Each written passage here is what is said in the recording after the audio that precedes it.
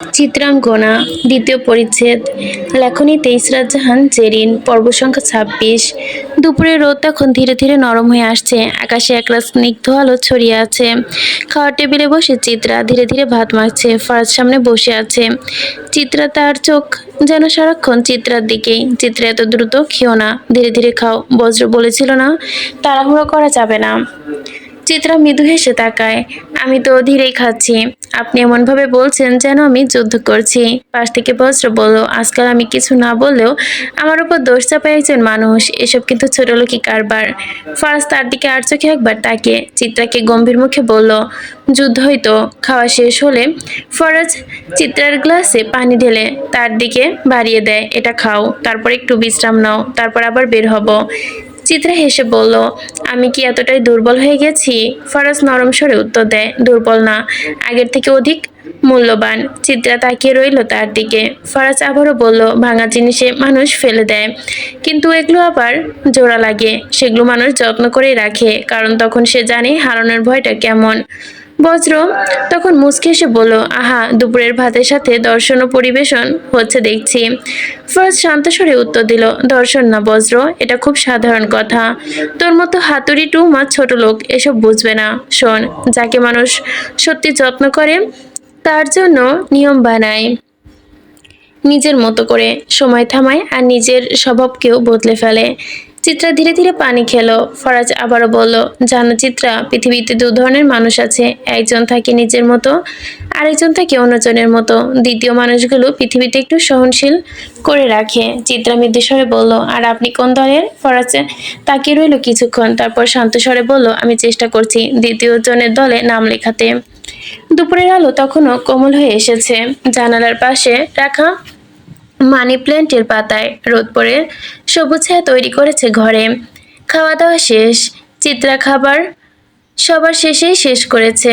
চিত্রা হাত ধুয়ে উঠতেই ফরাজ দ্রুত এগিয়ে এসে তোয়ালেটা এগিয়ে দিল। ধীরে মেঝেটা ভেজা। চিত্রা অবাক হয়ে হেসে বলল, আপনি কি সবসময় এত সতর্ক থাকবেন? নাকি থাকেন, নাকি শুধু আজ? ফরাজ শান্তভাবে উত্তর দিল, মানুষ তখনই সতর্ক হয় যখন কিছু হারানোর ভয় থাকে তার। চিত্রা কিছুক্ষণ চুপ থাকে তার দিকে তাকিয়ে রইল। প্রিয়াস পাশ থেকে হালকা স্বরে বলল, আচ্ছা ফরাজ, এত যত্ন করলে মানুষ অভ্যাস হয়ে যায় কিন্তু। ফরাজ হেসে বলল, যত্নে অভ্যাস হওয়া দোষটা না, অবহেলায় অভ্যাস হয়ে যাওয়াটাই আসল দুঃখ। চিত্রা চুপ করে দাঁড়িয়ে শুনল সব। ফরাজ চেয়ারটা একটু সরিয়ে নিতেই চিত্রা সহজে বসতে পারে। তারপর নরম স্বরে বলল, খারাপ লাগছে? চিত্রা মাথা নাড়ল, না তেমন না। ফরাজ ধীরে বলল, মানুষ অনেক সময় ক্লান্তি টের পায় না। বজ্র এবার হাসলো, তুমি তো দেখি মানুষের মনের ডক্টর হয়ে গেছো। ফরাজ মৃদু হেসে বলল, না ডাক্তার না, কিন্তু মানুষকে শুধু মন দিয়ে দেখলেই বোঝা যায়। চিত্রাকে জিজ্ঞেস করলো, আমাকে কি খুব বোঝা যায়? ফরাজ কয়েক মুহূর্ত চুপ থাকলো, তারপর বলল, তোমাকে বোঝা যায় না, তোমাকে অনুভব করা হয়। বজ্র তখন মজা করে বলল, এসব কথা শুনতে শুনতে আমরা কবে জানি কবি হয়ে যাব। আমার ওই কবি হয়ে যেতে ইচ্ছাও করছে। ফরাজ মৃদু হেসে উত্তর দিল, কবিতা তো মানুষ তখনই লেখে বজ্র, যখন তার কাছে কেউ খুব প্রিয় হয়ে ওঠে। চিত্রা ধীরে ধীরে জানালার বাইরে তাকালো। দূরে রোদ্দুর নরম হয়ে আসছে। ফরাজ আবারও শান্ত কণ্ঠে বলল, জানো চিত্রা, পৃথিবীর সব সম্পর্ক সুন্দর হয়ে যায় না, কিন্তু সম্পর্ক তৈরি করতে হয় শুধু যত্ন আর আদরের ভেতর দিয়ে। চিত্রা তাকালো না। ফরাজ হেসে বলল, বাগানে যাবে? সে মাথা নেড়ে সম্মতি দিল। বজ্র চেয়ার টেনে দিয়ে হেসে বলল, আমি কিন্তু এই হাঁটাহাঁটি নাটক দেখতে যাচ্ছি না, তোমরা যাও, আমি শান্তিতে চা খাই। ফরাজ মুচকি হেসে বলল, সব জায়গায় দর্শন থাকা জরুরি না বজ্র। বজ্র চুপসে গেল। বউ আমারও আছে বেটা, তুই আমার বউ আমারও আছে বেটা, তুই আমার বোনকে নিয়ে যাস না, আমি তোরটা নিয়ে যাব, মাথায় রাখিস। বাগানের পথে হাঁটতে থাকে চিত্রা। চারদিকে তাকালো, শিউলি গাছের নিচে সাদা ফুল পড়ে আছে। দূরে পুকুরের পানির রোদেতে আলো চিকচিক করছে। ফরাজ ধীর পায়ে হাঁটছে, যেন চিত্রের গতির সাথে তাল মিলিয়ে চলতে পারে। ক্লান্ত লাগছে? সে নরম স্বরে জিজ্ঞাসা করলো। চিত্রা মাথা নেড়ে বলল, না, বরং ভালো লাগছে। ফরাজ হালকা হাসলো। প্রকৃতি একটা অদ্ভুত ক্ষমতা আছে মানুষের ভেতরে ক্লান্তি সে চুপ করে টেনে নেয় নিজের কাছে। পুকুর পাড়ে একটা পুরনো কাঠের বেঞ্চ, দুজনে গিয়ে সেখানে বসে পড়লো। পুকুরের পানি স্থির, মাঝে মাঝে হালকা বাতাসে ঢেউ উঠলো। চিত্রা পানির দিকে তাকিয়ে বলল, পুকুরের পানি সবসময় এত শান্ত কেন? ফরজ কিছুক্ষণ চুপ করে থাকলো, তারপর বলল, কারণ সে গভীর, যত গভীর তা তত কম শব্দ করে। শুনছেন? এই দুনিয়ায় মানুষ তো কত আবেগ। আপনার কাছে এই আবেগের মানে কি? আবেগ মানে তুমি, কারণ তোমার কষ্ট পেতে দেখলে আমার ভেতরে যে অস্থিরতা তৈরি হয় তার কোনো যুক্তি নেই। তো বসে সত্যি। চিত্রাও কিছুটা অপ্রস্তুত হয়ে হাসলো। তাহলে প্রাপ্তি? ফরজ পুকুরের দিকে তাকিয়ে আবারও বলল, দুজন থেকে তিনজন হতে পারা। তার চেয়ে বড় প্রাপ্তি তোমার অর্ধাঙ্গ হিসেবে নিজের থাকা এবং তোমাকে নিজের অর্ধাঙ্গিনী হিসেবে পাওয়া। চিত্রা মৃদুস্বরে বলল, তাহলে ভয়? ফরজ এবার সরাসরি তার দিকে তাকালো। ভয় মানে তোমাকে হারানো। আমার জীবনে তুমি হারানোর চেয়ে বড় ভয় আর দুটো নেই। তোমাকে যখন কোথাও খুঁজে পাচ্ছিলাম না, তখন স্তব্ধ হতে উপলব্ধি করতে পেরেছিলাম আমি ফরজ এলাহি কতখানি ভীতু। একটা মানুষ ভয় কতখানি কাবু করতে পারে। আমি এমন ভয় আর পেতে চাই না বিবিজান। এমন ভয় কোনো স্বামীর জীবনে না আসুক। চিত্রা কিছুক্ষণ চুপ করে রইল, তারপর ফরাজের হাত ধরে কাঁধে মাথা ঠেকিয়ে দৃষ্টি নিক্ষেপ করলো বাঁশবাগানের ডালে বসে থাকা মাছরাঙাটির দিকে। বিকালের দিকে চিত্রা আর ফরাজ বের হলো। গাড়ির দরজা খুলে ফরাজ আগে চিত্রাকে বসতে বলল, তারপর সিট বেল্ট লাগিয়ে দেয় নিজ হাতে। আরাম লাগছে তো? হ্যাঁ, ঠিক আছে। গাড়ি ধীরে ধীরে রাস্তায় এগিয়ে যায়। ফরাজাত অদ্ভুতভাবে সাবধানে গাড়ি চালাচ্ছে, যেন সামান্য ঝাঁকুনি চিত্রার কাছে পৌঁছাতে না পারে। পাশে সে তাকাতেই জিজ্ঞাসা করে, কোনো অস্বস্তি হচ্ছে? চিত্রা একটু বিরক্তি হলো কেন? সে যে বলে, আপনি যদি প্রতি 5 মিনিটের মধ্যে একবার করে এক কথায় জিজ্ঞাসা করেন, তাহলে এবার অবশ্যই অস্বস্তি হবে। ফরাজ হালকা হাসে, ঠিক আছে, আর জিজ্ঞাসা করবো না, কিন্তু তুমি কি নিজে বলবে তো? চিত্রা জানালার বাইরে তাকিয়ে, জানেন ফরাজ, মাঝে মাঝে মনে হয় আমি একা নই, কেউ যেন আমাকে সাথে নিয়ে হাঁটছে। ফরাজ নরম কণ্ঠে বলে, সে তো আছেই, আমাদের ছোট্ট অতিথি। গাড়ি তখন ধীরে ধীরে শহরের ভিড় পেরিয়ে তুলনামূলক শান্ত এক রাস্তায় ঢুকেছে। বিকালের আলো জানালার কাছে এসে পড়ছে। চিত্রা পাশে সিটে বসে থাকা জানালার বাইরের দিকে তাকিয়ে বাতাসে তার চুল উঠছে আলগাভাবে। কিছুক্ষণ নীরবতা পার করার পর সে হঠাৎ বলল, একটা প্রশ্ন করব? ফরাজ হালকা হাসলো, হাজারটা করুন ম্যাডাম। চিত্রা পা দুটো এখনো ফরাজের উরুর ওপর। সে তাতে একটু পর পর চুমু খাচ্ছে, এক হাতে ড্রাইভ করে অন্য হাতে হাত বুলিয়ে দিচ্ছে। চিত্রা একটু ভেবে বলল, আপনার কাছে জিদ মানে কি? ফরাজ কয়েক সেকেন্ড চুপ রইল, তারপর ধীরে বলল, আমার কাছে জিদ মানে কেবল তুমি, চিত্রাঙ্গনা, নিজে করে পাওয়া, সারা জীবনের জন্য নিজের করে রাখা। এর চেয়ে বড় জিদ ফরাজ এলাহির জীবনে দুটো নেই।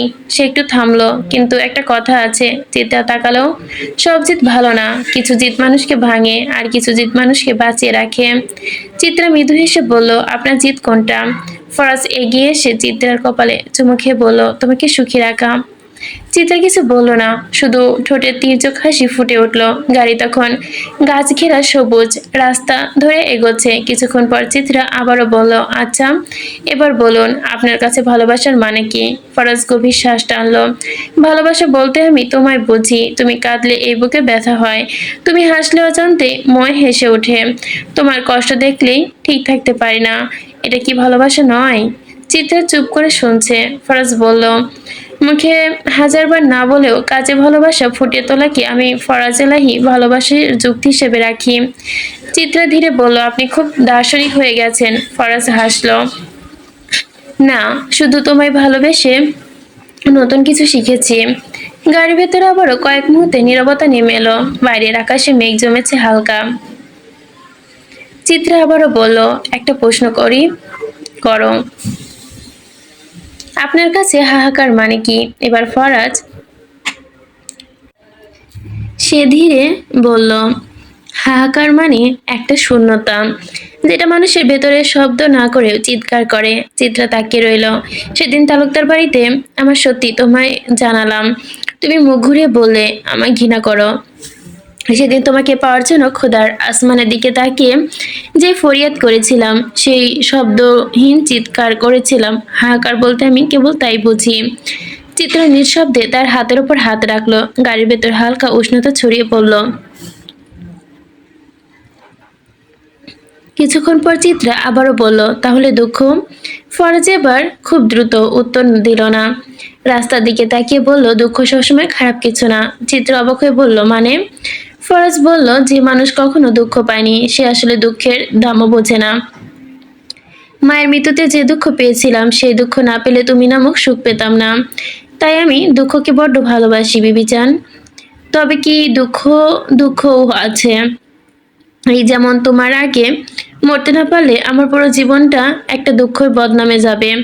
তাই বলছি, দুঃখ বলতে আমি তোমার আগে দুনিয়া ছাড়তে তোমার আগে দুনিয়া ছাড়তে না পারা কি বুঝি ভাবো। চিত্রা খোদ আমার প্রতি কতখানি নারাজ হলে আমায় এত বড় শাস্তি দিবেন। খোদা সব শাস্তি মাথা পেতে নিতে রাজি, কিন্তু তোমার খাটিয়া নিজের খাতে তোলার মতো কঠোর শাস্তি নিতে আমি ফরাজ এলাহি অত্যন্ত রাজি নই, পারবো না এটা। চিত্রা মৃদুস্বরে বলল, তাহলে সুখ? এবার ফরাজ একটু হাসলো। গাড়ি তখন একটা দীর্ঘ রাস্তা ধরে এগোচ্ছে, দুপাশে সারি সারি গাছ। সে কেবল এই মুহূর্তটা তোমার সাথে কাটানোর একটি এমন একটি প্রতিটি প্রহর আমার জন্য সুখ। তুমি আমার প্রিয় সুখ। সুখের অপর নাম তুমি। এক থেকে দুজন, দুজন থেকে তিনজন। এটা কি সুখ নয় বিবিচান? আমার কাছে সুখ মানে এই অনুভূতিগুলোই। চিত্রা কিছুক্ষণ চুপ রইল, তারপর খুব ধীরে বলল, আপনি জানেন কি? চিত্রা মৃদু হেসে বলল, আপনি যখন এমন কথা বলেন তখন মনে হয় পৃথিবীটা খুব একটা কঠিন নয়, কেবল তাকে সহজ করে দেওয়ার জন্যই একজন আপনি থাকলে যথেষ্ট। আচ্ছা, একটা শেষ প্রশ্ন করি। ফার্স্ট নরম গলায় বলল, করো। আপনার আর আমার মধ্যে একটা বিরোধ, লম্বা শক্তপোক্ত প্রাচীর তৈরি হলো। এখন ফরাজ এলাহি কোথায় ছিল?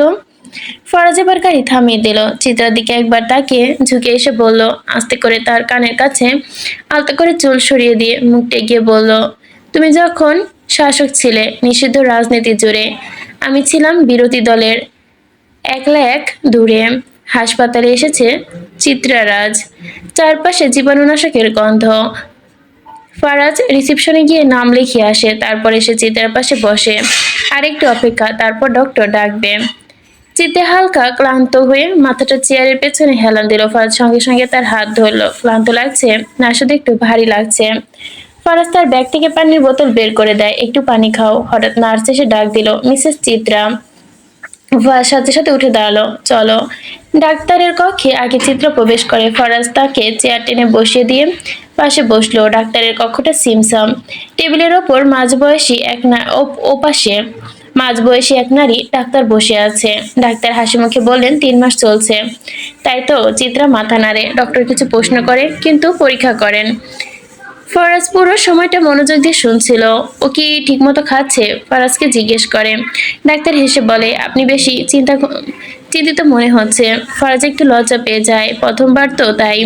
ডক্টর রিপোর্ট দেখে বলে, সবকিছু ভালো আছে, বাচ্চার গ্রোথ ঠিক আছে। চিত্রা নিঃশ্বাস ফেলে স্বস্তিতে। ফরাজের মুখ থেকে যেন আলো ফুটলো। সত্যি কোনো সমস্যা নেই? না, নিয়মিত খাবার খাবেন আর বিশ্রাম দরকার। কেবিন থেকে বের হয়ে গাড়ির সামনে এসে ফরাজ বলল, দেখছো তো ডাক্তার কি কি বলেছে? পাই টু পাই সব মেনটেন করতে হবে। শোনো, এখন থেকে একটা কাজও তুমি হাত দিবে না। দেই কোথায়? যা দাও তাও বন্ধ। দরকার হলে আমি ফরাজ তোমার প্রতিটি কাজের জন্য মানুষ রাখবো, আর আমার অনুমতি ছাড়া কিছুই করবে না, কারণ তুমি পাকনামে করো, সব বাজে জিনিসগুলোই করো। এই শোনো, বাড়িতে একটা লিফট লাগিয়ে দিব যাতে দোতলা থেকে তোমার নামতে কষ্ট না হয়। আরে আপনার মাথা গেছে? এসব কাজ করলে কিন্তু খুব খারাপ হয়ে যাবে। ফরাজ কিছুক্ষণ ভাবলো, তারপর বলল, আচ্ছা তাহলে শোনো, তোমার কখন নিচে নামা লাগবে আর কখন ওঠা লাগবে জানিও। আমি কোলে করে তোমাকে উপরে ওঠাবো আর নামাবো। আপনি যখন কাজে থাকবেন আমাকে কল করবে, আমি বাসায় এসে তোমাকে নিচে নামাবো, আর নিচে থাকলে উপরে উঠিয়ে দিব। তাও আমি না আসা অবধি পাকনামি করা যাবে না। চিত্রা মনে মনে হাসলো, আসলে লোকটার মাথা গেছে।